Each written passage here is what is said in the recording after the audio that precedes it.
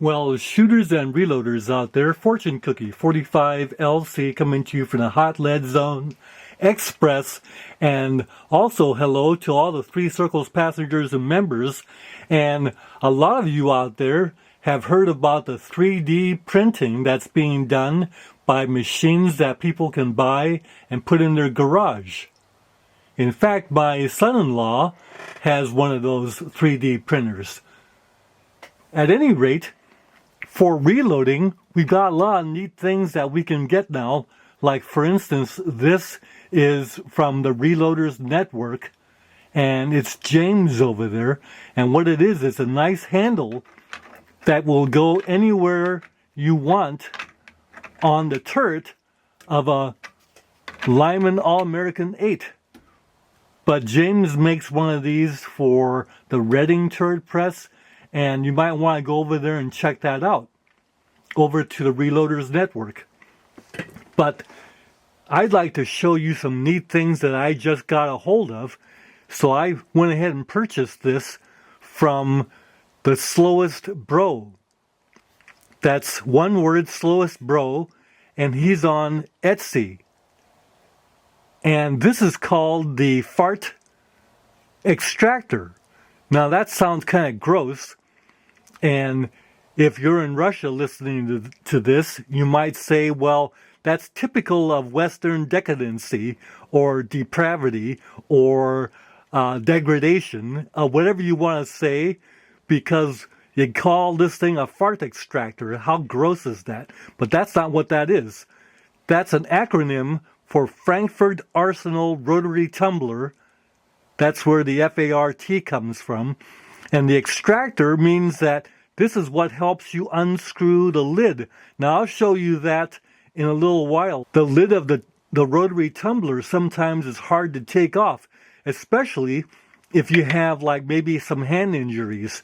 You might want to get this as a gift for, say, a father-in-law that is into reloading but is having a hard time with the hands.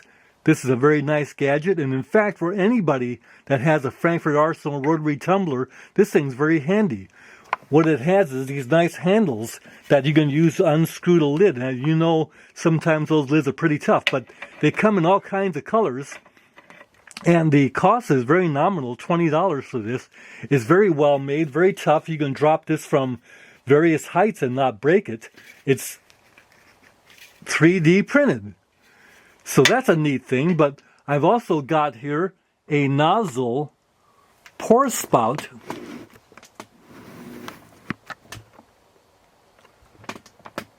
that screws onto any 8-pound jug of powder and allows you to pour the powder much more conveniently. This is also from Etsy by Slowest Bro.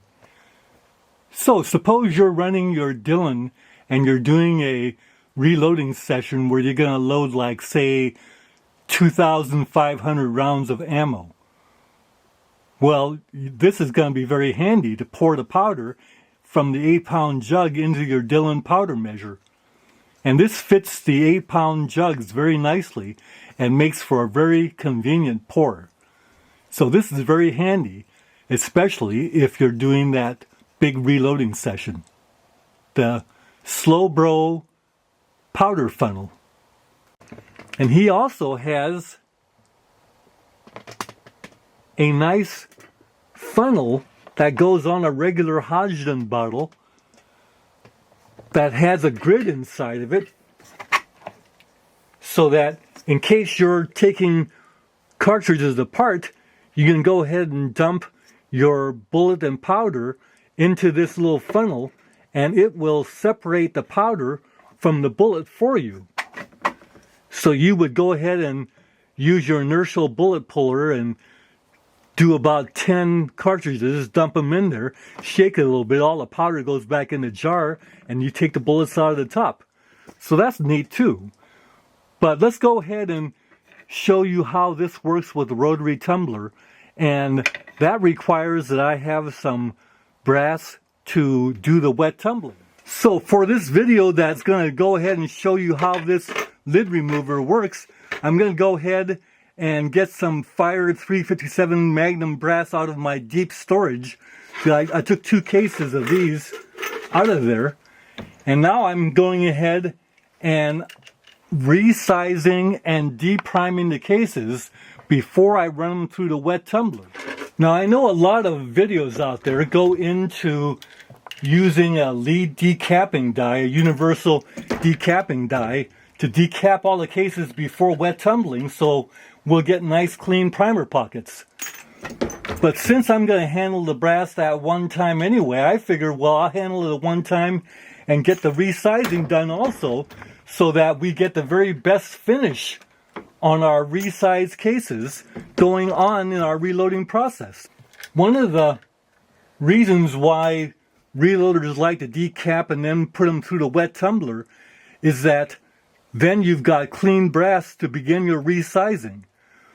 But when you consider that the resizing die has a carbide ring in there, and that carbide is much harder than the brass, if you have any kind of abrasive on the brass, it won't damage the die at all, and the only thing that'll happen is it might scratch your brass cases. Well, I find that I don't get any scratch cases. So because I don't get any scratch cases, I like to go ahead and resize and deprime before I put it in a wet tumbler. Because there's no advantage to running a brass case that's gone through the wet tumbler into the resizing die versus just going ahead and running range brass through. Back in the days before we had tumblers, either wet or dry, we used to take our fired brass, just wipe it off at most. And then we found out that you didn't have to wipe it off even. So that's why I go ahead and do it by resizing and depriming and then wet tumbling. Saves me a step of handling the brass again. By the way, the lead resizing dies are as good as any other die sets that you'll find, and they're a higher value. Nothing wrong with using Lyman and Hornady and RCBS dies, because I use a lot of them as well, but nothing wrong with using Lees. Now before you know it, you've got a huge jug of 357 Magnum brass all ready to put into the Frankford Arsenal Rotary wet tumbler. As you can see, it's pretty grody work, all kinds of primer and powder residue left over on your press, but that cleans up real well with a nice brush. And be sure to re-lube your ram after doing all this work. We're processing about 600 cases. Now, some complain that the primer catcher doesn't catch all the primers on the Lyman All-American 8. And yes, about 1 out of 10 escapes going into the primer catcher and goes on the floor, but no problem. That's what a broom is for, right? We'll take care of this with a broom. As you see, and as you see. Now I'm also going to do a lot of 9mm cases, and a good way to do it is to deprime, resize, and knock it into a wastebasket like that. And that can go pretty fast. Of course, with the camera in the way, it's never going to work out as well. But you get the idea, and this works real nicely when the camera's on the way.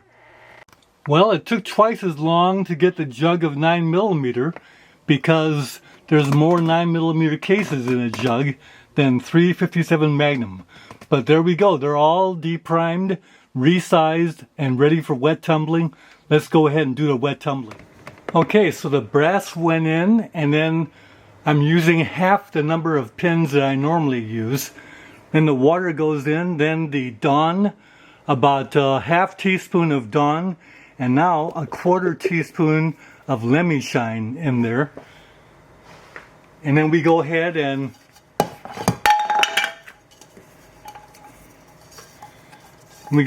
wet the seal.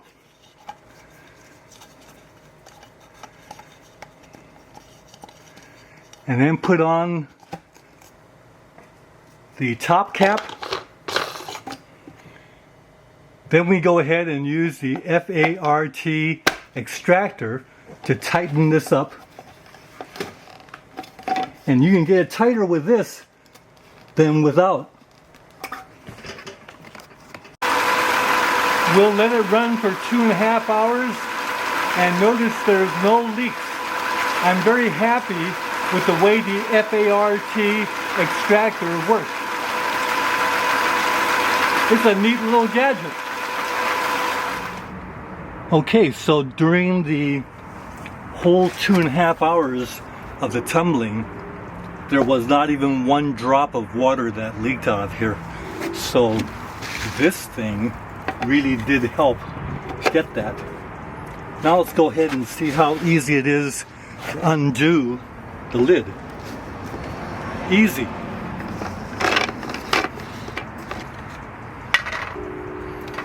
So the final word on this gadget is it's really great. I'm gonna just throw it into the box that I store all this in, so it's always handy.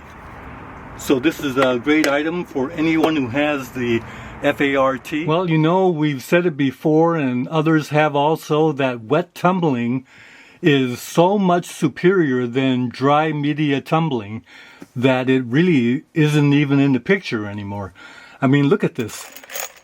This brass is all dry, dust free, primer pockets are completely clean,